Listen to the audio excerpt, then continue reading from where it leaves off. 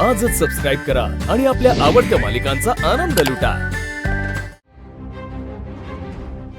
एक पाण्याची बाटली का पट दिशी द्या मला। हे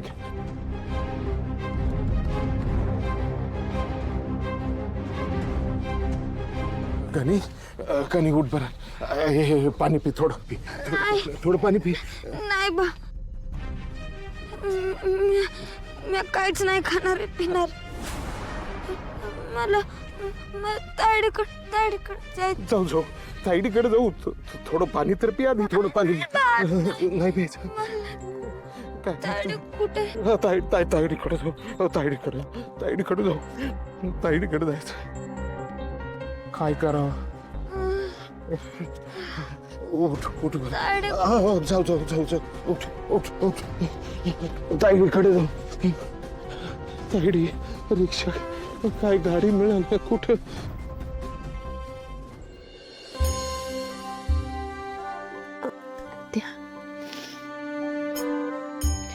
आत्या, आता तुम्ही रडू नका, शांत व्हा तुम्ही।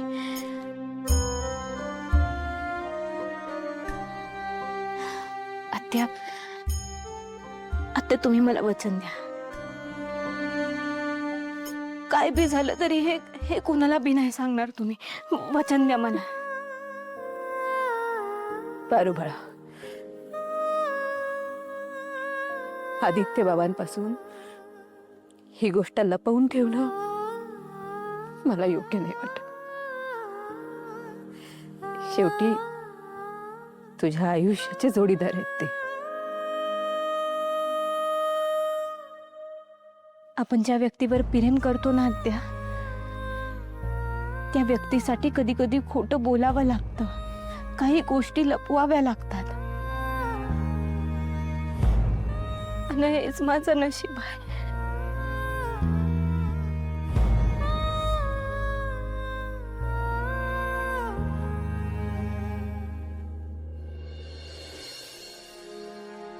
आत्या तुम्ही प्लीज शांत व्हा ना, रडू नका तुम्ही। मी जरा जाऊन येते। श्रीकांत सरांनी औषधं घेतलीत का नाही बघून येते।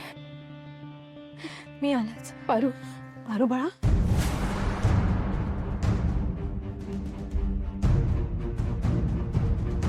काय काय बघायला लावतोस रे परमेश्वरा? या पोरीवर एवढं संकट ओढवलंय, पण हिला दुसऱ्यांचाच विचार सुचतोय। आदित्य कुठे आला नाही का ऑफिस मधनं? अजून जेवायला सुद्धा नाही आला। आलाय तो, काहीतरी काम आहे म्हणून रूम मध्ये गेलाय। आई आदित्य, काय रे आज जेवायला नाही आलास ते? आई ऍक्च्युली मी बाहेर खाल्लंय, मला घरी जेवायचं नाही। अरे बाप रे, बाहेर घाललं? नाही आदित्य, तू ना खोटं बोलतोस।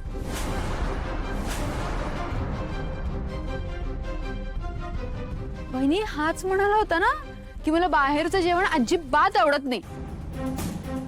याला तर पारूच्या हातचं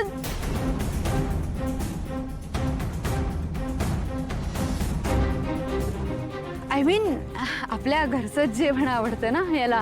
हो, पण बाहेर खाणं झालंय माझं। ओके, अरे कधी खाल्लंस तू?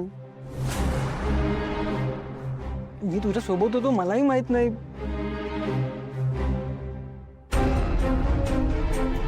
तू मीटिंग मध्ये होतास ना, तेव्हा खाणं झालं माझं। ऍक्च्युली ते क्लायंट एक होता, तर त्यांनी आग्रह केला, सो ठीक आहे।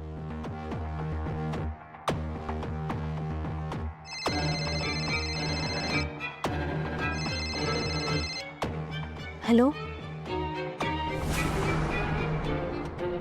बर देवी आई, मी आलेच। कुठे कुठे चाललीस पारू? गणियानं बाला जेवण द्यायचं आहे, मी आलेच।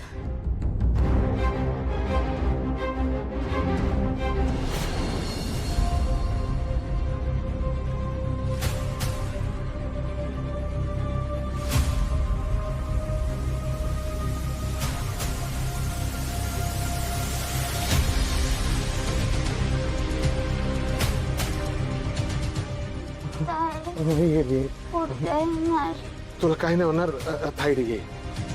मी फोन केलाय तिला. कुठे काय झालं?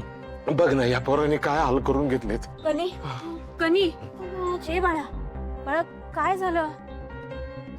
कनी हे बाळा मग काय झालं याला? माझ्या बरोबर दिवसभर या देवळातून त्या देवळात फिरत होता. अन्नाचा कण पण नाही घेतला आणि पाण्याचा घोट पण नाही घेतला. मग त्याला अचानक चक्कर आली आणि मग मी त्याला उठ म्हणलं तरी उठ ना. बघ ना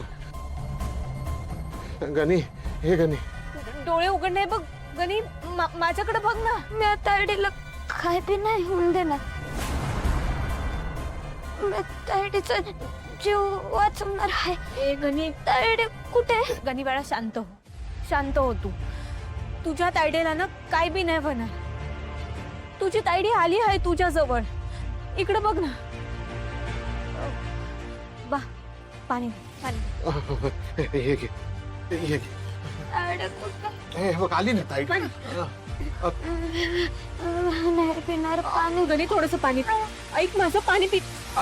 गणी शपथ आहे तुला माझी. तुला जर का वाटत असेल ना की मला काय बी होऊ नये तर आता तू पाणी पिशील. आणि हे असं व्रत वगैरे करायची काय गरज आहे? आणि तसं बी लहान मुलं कधीच व्रत करत नाही. मी त्याला तेच सांगितलं पण ऐकतोय कुठं माझं. तू पाणी पी. धर वनी पाणी पी म्हणलं ना.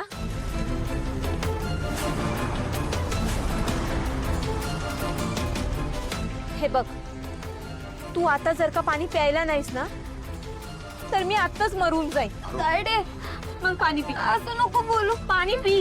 कसं पाणी? पाणी पी म्हणलं ना. पाणी पी बरं. मला काय बी ऐकायचं नाही. पाणी पी.